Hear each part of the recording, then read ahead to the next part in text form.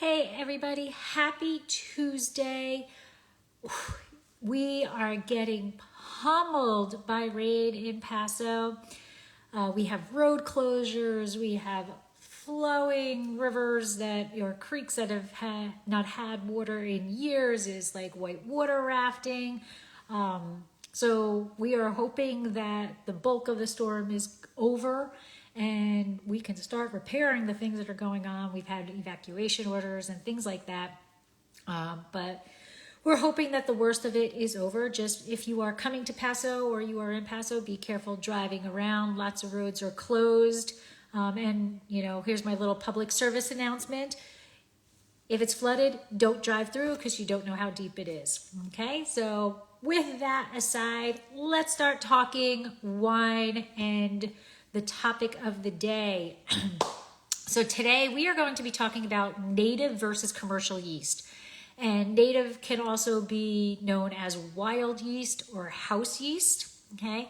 And I have discussed yeast quite a bit on these episodes, right? We know that fermentation is the process by which yeast consumes the sugars within the grape, and then they convert it to carbon dioxide and the alcohol that converts the grape juice to wine. And so that is fermentation.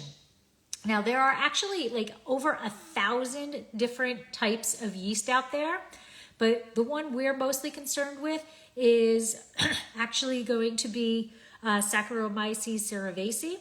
And yeast, kind of cool, not everybody knows this, yeast is actually part of the fungus family. Okay, so it is a single-celled eukaryotic, which means that it has a nucleus. So it is a single-celled eukaryotic organism. And they reproduce by what is called budding. So here's a little high school flashback for you, okay? So they reproduce asexually. So that means that they reproduce completely on their own. They don't need a mate in order to do so. And what they do is you have the yeast cell, and as you can see, the yellow is the nucleus, and it starts to kind of get larger. It starts almost to be like pinching itself in. And then as it gets bigger, it gets to a certain size, and then it actually does physically pinch itself in, and then poof, we now have 2 yeast cells. So this is how they reproduce. And this is what we need to happen with the good yeast in order for the fermentation to continue. Because they're not really living a very long time. So if they can't reproduce asexually while they're going through their fermentation process, we're never going to get done with fermentation. So the fact that they can reproduce this way is actually a huge benefit.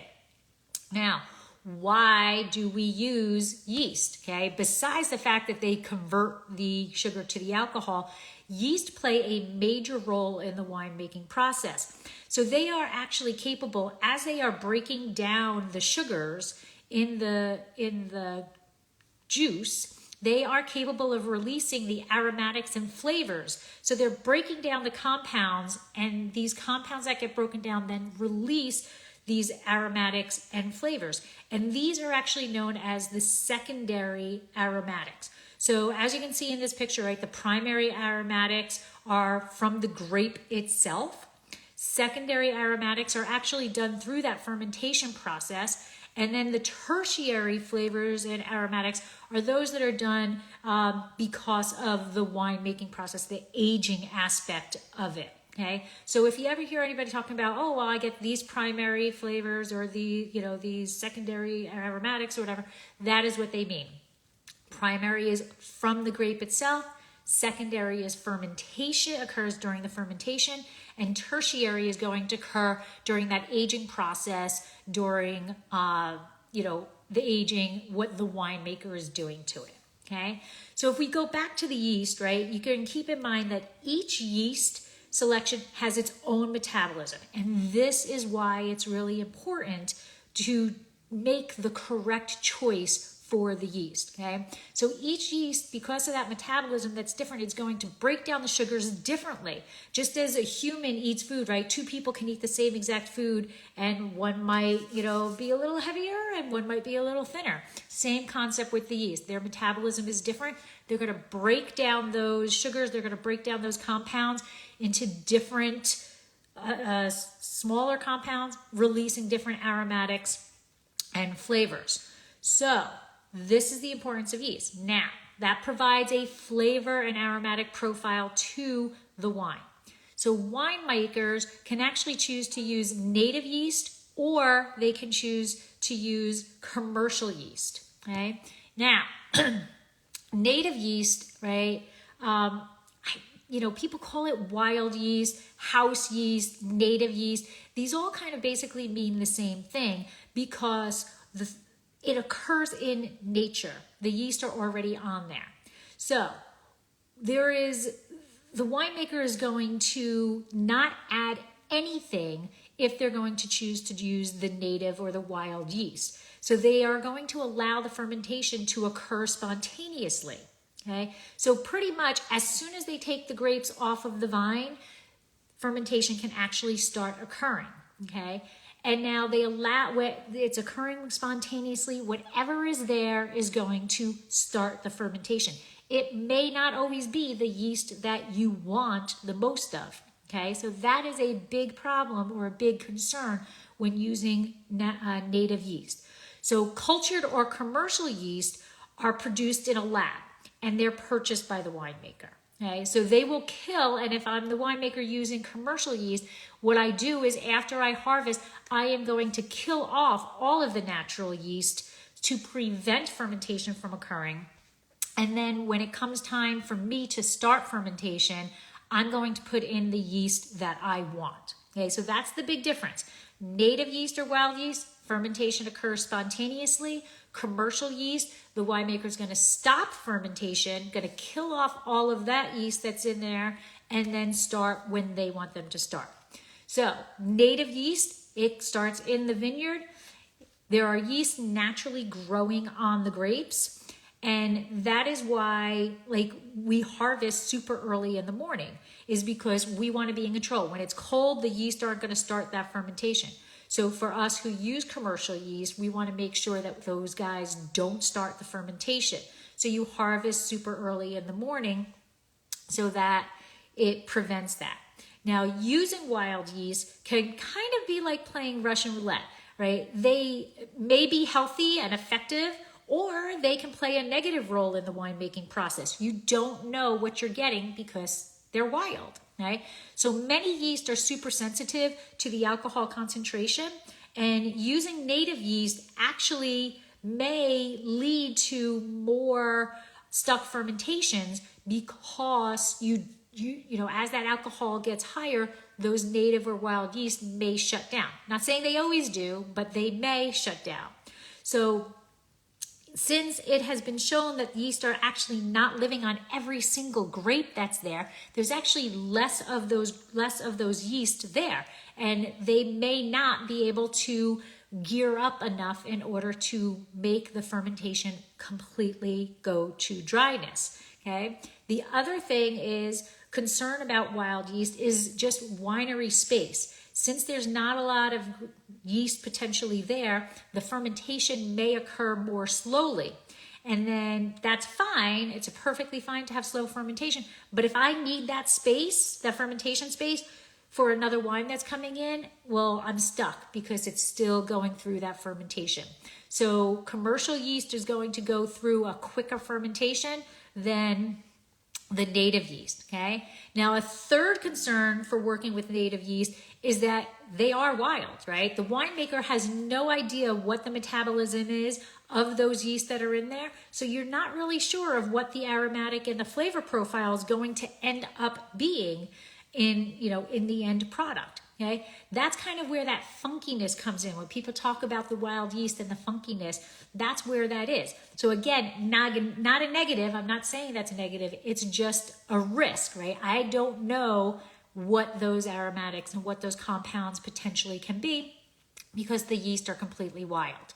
Okay, so again, not 100% negative against wild yeast. Okay, there are a lot of positives that come from the use of native yeast. So the unpredictability of those aromatics or flavors, which could be a negative, actually could turn out to be a positive. That complexity that ends up in that wine because of all these variables come in can lead to a very complex wine. right? So typically while other yeast are consuming the sugar, they begin to die off around that 4 to 5% alcohol range, and the Saccharomyces cerevisiae are colonizing and they're hanging out, and then they're waiting, and then as those other yeast get weakened, the cerevisiae come in, okay? But again, with the wild yeast, you don't know what you're getting, but it can add to complexity. Now, George Washington Carver said that a weed is a flower growing in the wrong place. Native yeast is exactly that, right? Native yeast, all of our commercial yeast at one point was a native yeast. All that happened was somebody recognized that there was a benefit to this native yeast, and they took it, they brought it to a laboratory, and they cultivated it. They allowed it to breed and breed and breed, go through reproduction until it is mass produced. So a commercial yeast at one point was native, okay? Just like flowers that we have used to be weeds, but somebody decided they were pretty and worthwhile. So cultivated yeast, okay? Cultivated yeast are more neutral, right? So they're not going to necessarily give you that funkiness that the wild yeast are going to give. And the winemaker knows exactly what to expect when they are choosing it. Some cultures of yeast are specific for different varietals. We know they work well with those varietals. Okay, winemakers are in more control when we're using cultured yeast. We start a fermentation process when we want to start it, and it goes through the process at a speed that we are expecting. Okay, so we're kind of eliminating that risk factor of not knowing what's going on. So depending on what wine you are making, different yeast can be chosen. There's loads and loads of cultivated yeast out there, or commercial yeast, right? So for example, RC212, right? It's a red wine yeast variety, okay? And it's designed to create a fuller bodied red wine.